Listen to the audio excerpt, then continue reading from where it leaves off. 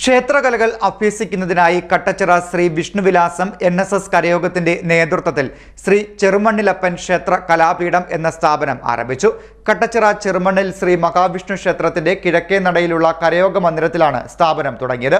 സംഗീതത്തിന്റെയും ചെണ്ടമേളത്തിന്റെയും ക്ലാസുകളാണ് വിജയദശമി ദിനം ആരംഭിച്ചത്.